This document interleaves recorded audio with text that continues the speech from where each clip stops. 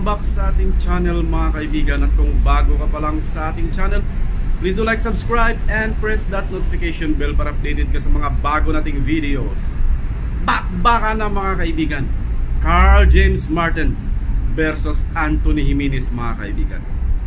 Ating napag-alaman ni si Carl James Martin ay maglalaban sa Mexico mga kaibigan. Isang Meksikano ang kanyang kalaban. At take note mga kaibigan, ang tangkad ng kanyang kalaban. And remember, isa itong Meksikano mga kapatid. Dito masusubukan ang galing ni Carl James Martin mga kapatid. Although it is not a title fight, pero isa itong preparation para sa kanyang parating na title fight mga kaibigan. At saka matinding pagsubok rin ito sa kanyang kakayahan bilang isang professional boxer mga kaibigan. Alam naman natin nasa US na siya ngayon, nagti-training para sa mga parating niyang laban. So support natin yan mga kapatid, mga boxing fans.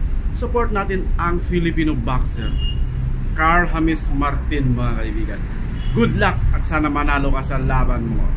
Pag nanalo ka, ikaw ang malapit kay Monster Inoue mga kaibigan.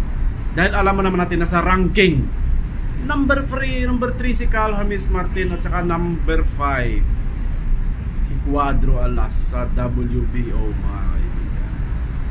So hanggang dyan lang muna tayo. Thank you so much for watching and see you on our next vlog. Bye bye.